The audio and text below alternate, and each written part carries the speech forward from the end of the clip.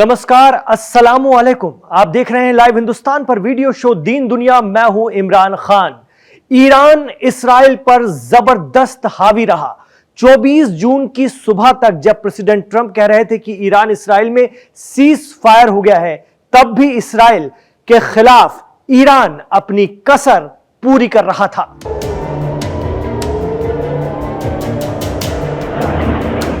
North Israel में siren बज रहे थे। ईरान की तरफ से कई बैलिस्टिक मिसाइल मंगल तड़के इसराइल की तरफ चली आ रही थीं। बेरशोबा में कम से कम 3 घनी आबादी वाले आवासीय इलाकों को नुकसान पहुंचा। एक इमारत से 9 लाशें निकाली गईं। 20 इसराइली जख्मी हुए। यह ईरान इसराइल जंग का आखिरी राउंड था। कहा जा रहा है कि ईरान को सबकत मिली। ईरान में भी सैकड़ों जान गई। सुप्रीम लीडर खामेनेई ने अपनी जान की परवाह नहीं की। कहा, मर जाऊंगा लेकिन झुकूंगा नहीं। तारीख पढ़ लेना ईरान की।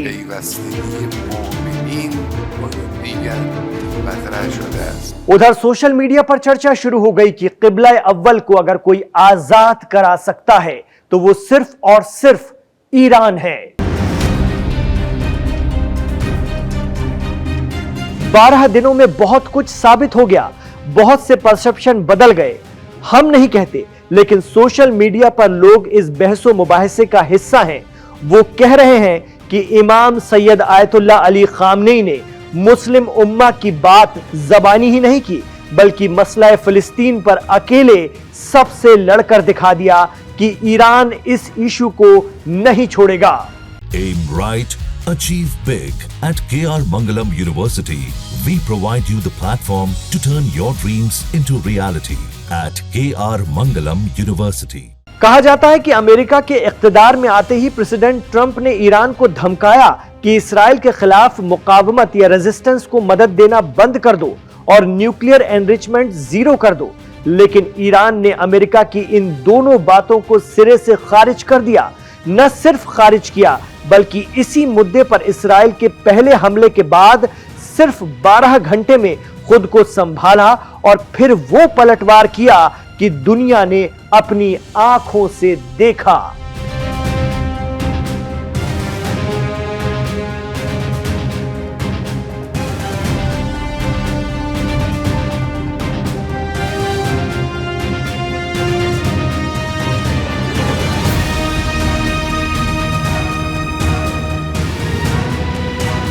ईरान मामलों के जानकार और असर टाइम्स के संपादक शौकत भारती कहते हैं कि ऐसा नहीं है कि ईरान को कुर्बानियां नहीं देनी पड़ी। ईरान के टॉप फौजी कमांड, जिसमें IRGC यानी पासदारान इस्लाम के चीफ भी शामिल थे, साथ ही उनके साइंटिस्ट, उनके वैज्ञानिक, इन तमाम को इसराइल ने एक झटके में मार गिराया। बावजूद इसके ईरान ने कुछ ही घंटों में पलटवार के लिए माहौल बनाया और 13 जून की ही रात को इसराइल को वो ताकत दिखाई कि जिसके बारे में वहां की लीडरशिप और जनता ने ख्वाब में भी नहीं सोचा था। दरअसल इसराइल बनने के बाद से ही ये कहा जाता था कि इसराइल बहुत स्ट्रांग है, उसकी फौजी ताकत और तकनीक के आगे कोई नहीं टिकता। लेकिन ईरान के दिए जख्मों ने इस पूरी सोच को ही बदल कर रख डाला है। इस्राएली आवाम ने पहली बार देखा कि कोई उनका भी नुकसान कर सकता है।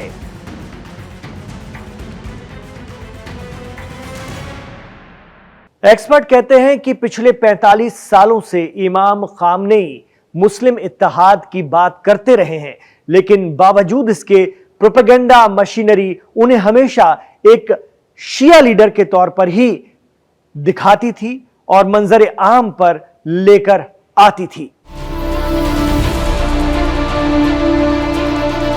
लेकिन इसराइल के वजूद के बाद यह पहली जंग थी जिसमें इतने बड़े पैमाने पर इसराइली शहरों पर हमले हुए। 86 साल की उम्र में पहुंच चुके supreme leader Ayatollah Ali Khamenei ने अपनी हत्या के खतरे के बाद भी ईरान के लोगों के सम्मान और संप्रभुता की रक्षा के लिए सरेंडर करने से इनकार कर दिया। साथ ही साफ किया कि ईरान के लोग फिलिस्तीन के लिए अपनी आखिरी सांस तक लड़ते रहेंगे, जिसके बाद ईरान का सम्मान पूरी दुनिया के मुसलमानों में बढ़ गया है।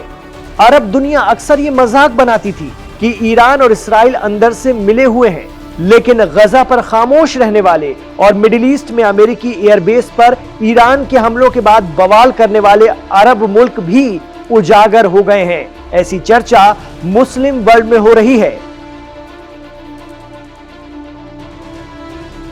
तो लोग कह रहे हैं कि आयतुल्लाह अली खामनेई अब शियों के नहीं बल्कि मुसलमानों के सर्वमान्य लीडर हैं। जानकार कहते हैं कि ईरान ने कतर में मौजूद अमेरिकी एयरबेस में मारा भी तो कतर को बताकर मारा। वो ये भी कहते हैं कि अगर अमेरिका खुद ये बात नहीं कहता कि अब बस हम हमला नहीं करेंगे तो मुमकिन था कि ईरान नहीं रुकता, वो लगातार मारता। ईरान में हिंदी सेवा दे रहे सबील मीडिया के हेड जमीर अब्बास जाफरी कहते हैं कि 12 दिनों तक किसी के साथ के बिना अकेले लड़ना मजाक नहीं है, वो भी अमेरिका से, इसराइल से। वो कहते हैं कि ईरान की कुव्वत और कुदरत देखकर अमेरिका को घुटनों पर आना पड़ा और इसराइल को अच्छी तरह से समझ आ गया कि ईरान चीज क्या है।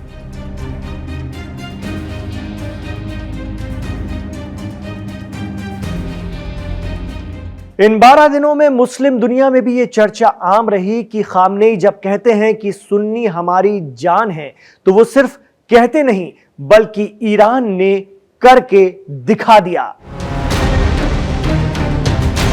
चर्चा हो रही है कि ईरान ने फिलिस्तीन की सुन्नी अवाम के लिए कुर्बानियां देकर यह बता दिया कि चाहे कुछ भी हो जाए वो इस फिलिस्तीन को नहीं छोड़ेंगे और ना झुकेंगे, वो भी तब जब ईरान पर पिछले 47 सालों से सैंक्शंस लगे हुए हैं।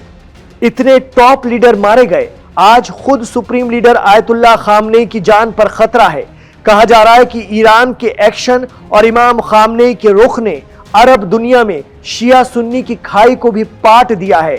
आज सोशल मीडिया में हालात यह हैं कि सैयद आयतुल्लाह अली खामनेई पूरी दुनिया में मुसलमानों के हीरो बनकर उभरे हैं।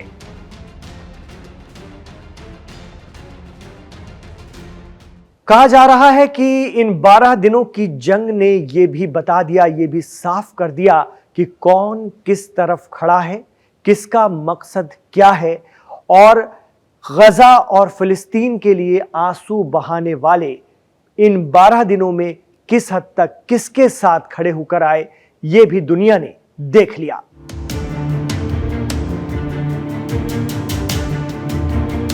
पिछले दिनों भीषण जंग के दौरान जब इसराइल की तरफ से अमेरिका ने कहा कि बिना शर्त तुरंत सरेंडर करे ईरान, उस वक्त भी खामनेई ने अपनी जान की परवाह किए बगैर अपना उत्तराधिकारी तय करते हुए देशवासियों से अपील की कि मेरी जान कुछ कीमत नहीं रखती, मेरे बाद ईरान को आपको इस्लामिक गणराज्य के लिए खड़े रखना है।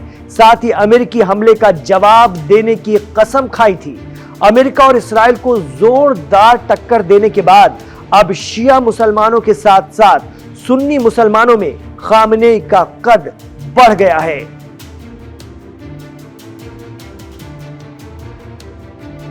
आज 12 दिनों बाद सूरत हाल यह है कि तुर्की और सऊदी जैसे अमीर मुल्क पीछे छूट गए हैं, उनके लीडरान पीछे छूट गए हैं।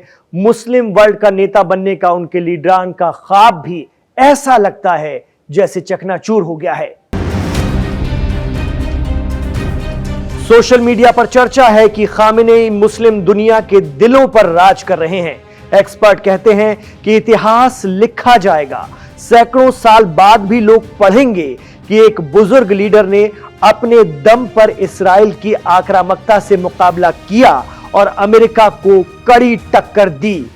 हो सकता है कुछ लोग कहें कि इसराइल जीता, कोई कहे अमेरिका चैंपियन रहा, लेकिन उम्मत मोहम्मदी कहेगी ईरान जीता।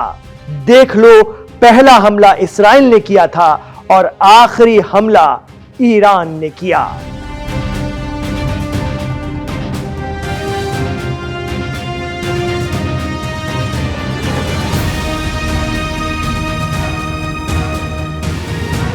ईरान ने अपनी पूरी ताकत लगाई और एक तरफ पूरी दुनिया की बड़ी ताकतें अमेरिका, इजराइल ये साथ में खड़ा है और उसके मुकाबले पे अकेला ईरान खड़ा था, लेकिन इतनी ताकत दिखाई कि उनके हर ठिकाने पे हमला करके बताया कि हम किसी से कम नहीं है। देखिए इंपॉर्टेंट ये है कि कल ऐन अल असद पे जब ईरान ने यहां पर कतर में जब हमला किया है ईरान ने अमेरिकन बेस के ऊपर, तो वहां पर क्लियर ये है कि अमेरिका की जो एक उबूहत है कि हम इतने बड़े हैं, हमें कोई डरा नहीं सकता, हमें कोई आंख नहीं दिखा सकता, उसको तोड़ दिया ईरान ने। हमला करके बताया, जाओ अगर तुम्हें है दम तो जवाब दे के बताओ। तो ये ईरान की कुव्वत और कुदरत बताता है कि अमेरिका घुटने पे आना पड़ा अमेरिका को और कहना पड़ा कि नहीं भाई अभी हम जवाब नहीं देना चाहते, हम जंग को खत्म करना चाहते हैं। यानी आखिरी हमला जो था वो ईरान की तरफ से था, अमेरिका की तरफ से नहीं था। आगे क्या होगा ये तो वक्त बताएगा, लेकिन फिलहाल चीजें जिस तरह से बनी हैं, बदली हैं, उसे दुनिया ने देखा है। आप क्या सोचते हैं हमें कमेंट बॉक्स पर जरूर बताइए। इमरान खान के साथ आखिर तक कनेक्ट रहने के लिए आपका बहुत शुक्रिया। आप अगर मेरे साथ आखिर तक जुड़े हैं, आपको ये वीडियो पसंद आया है, तो आपसे गुजारिश रहेगी कि इसे लाइक जरूर कीजिए, ज्यादा से ज्यादा अपने दोस्तों रिश्तेदारों में व्हाट्सएप के जरिए शेयर कीजिए, हमारा चैनल सब्सक्राइब कीजिए, करवाइए, इसे पूरी दुनिया में पहुंचाइए। ईरान इसराइल जंग की सबसे बेहतरीन रिपोर्टिंग आपके मुताबिक अगर किसी ने की है तो वो है लाइव हिंदुस्तान। ये आपके कमेंट्स बता रहे हैं, आपका प्यार बता रहा है, आपके व्यूज बता रहे हैं। हमारी पूरी कोशिश रही सटीक विश्लेषण, सही बात, मिडिल ईस्ट की सियासत, वहां के लोगों की सोच और जो कुछ सच में चल रहा है वो आप तक पहुंचाएं। हमारी ये कोशिश कितनी कामयाब रही, आपको कैसी लगी, हमें कमेंट बॉक्स पर जरूर बताइए। हमें भी कहीं ना कहीं जानने समझने का मौका मिलता है कि किस तरह से आगे बढ़ना है। हमें आपका साथ मजबूती से मिला, इसके लिए आपका बहुत शुक्रिया। आपकी मोहब्बत इस शो दीन दुनिया को मिल रही है, इसके लिए आपका बहुत शुक्रिया। पूरी कोशिश है और अच्छा करें, अच्छे से अच्छा करें, सटीक सही अच्छी जानकारी हर रोज आपके लिए लेकर आएं, आपको अपडेट करते रहें मिडिल ईस्ट की सियासत से, दुनिया की खबरों से। आप रहिए इमरान खान के साथ। अपना ख्याल रखिए, अपनी दुआओं में हमें याद रखिए।